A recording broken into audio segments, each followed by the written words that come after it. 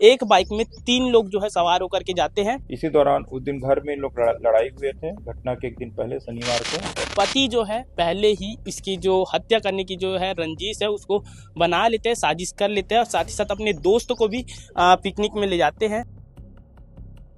आम बगीचे में वो लोग जाते हैं, शराब पीते हैं। और सुनील बंजारी का भी पहले और एक शादीशुदा था। उसकी एक और पत्नी दिल्ली राजहरा में भी रहती थी। पति जो है अपनी पत्नी की हत्या कर देता है।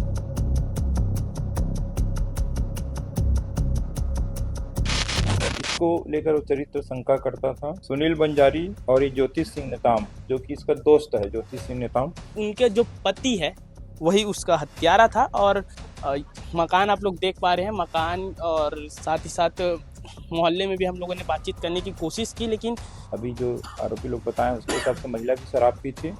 और वहीं पर फिर आरोपी लोग के द्वारा वहाँ जो पत्थर रखा था बड़ा सा, उस पर 4 बार वार करके उसको सिर में चोट पहुँचाया गया, जिसमें